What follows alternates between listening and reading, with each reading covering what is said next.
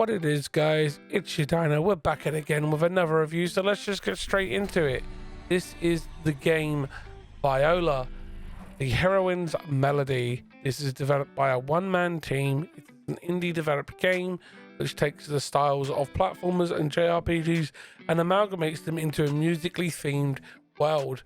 You take the fun style of platforming with the narrative and story-driven styles of JRPG, use them together, and this is what you get in a beautiful pixel art style.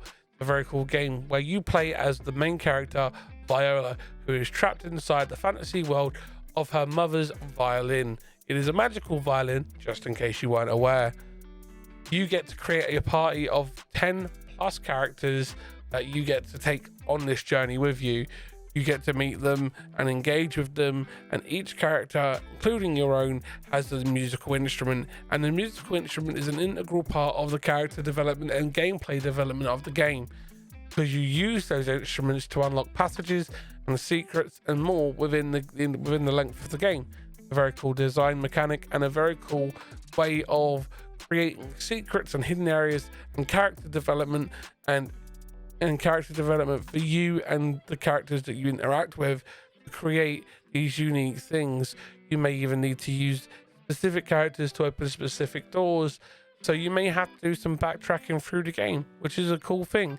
Not going to give any spoilers, because you know that's not my bag, guys.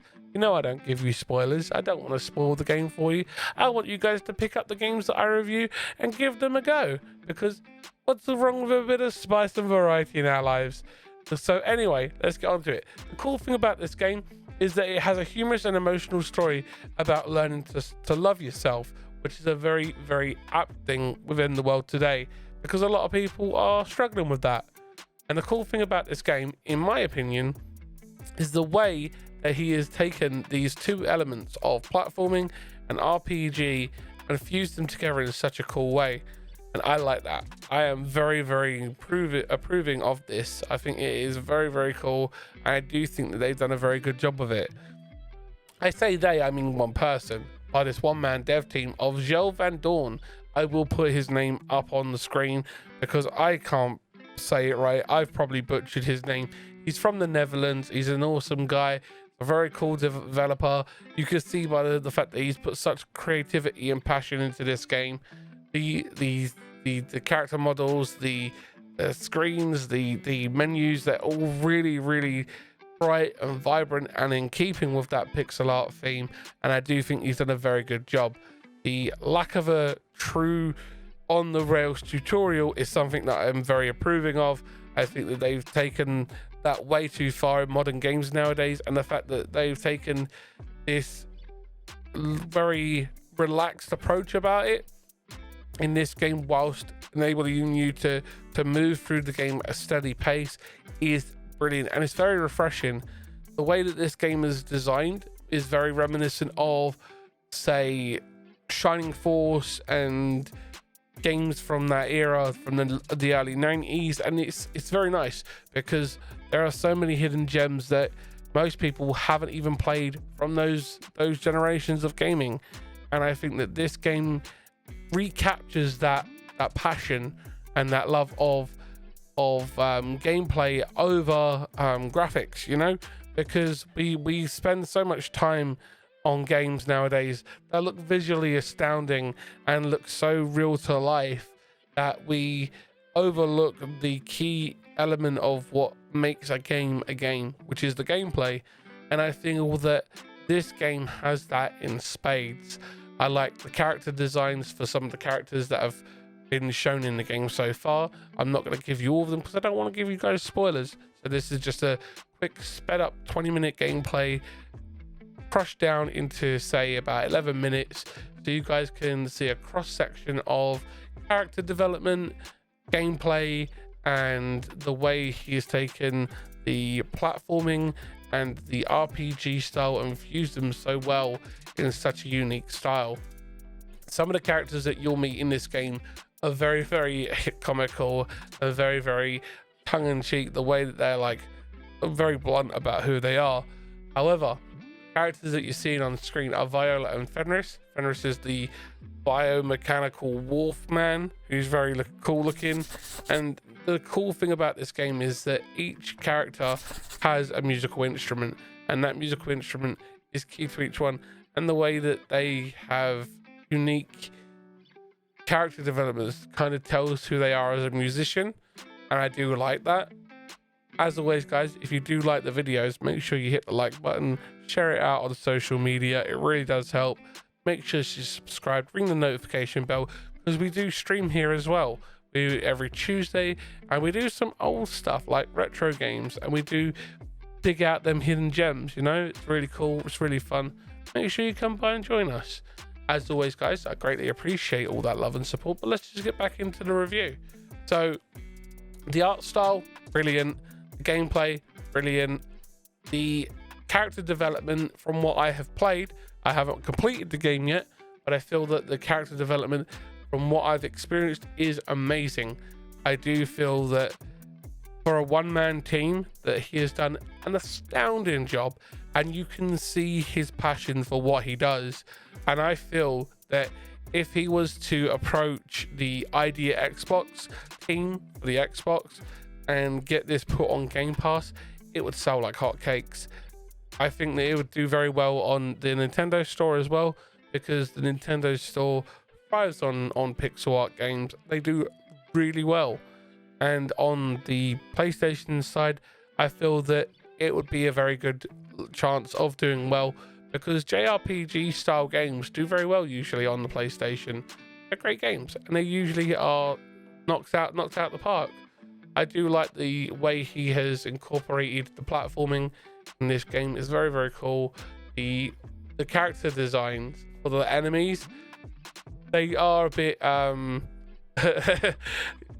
they do have some undertones of other characters from other games, but again, it's very varied and inspired by universe in the RPG genre.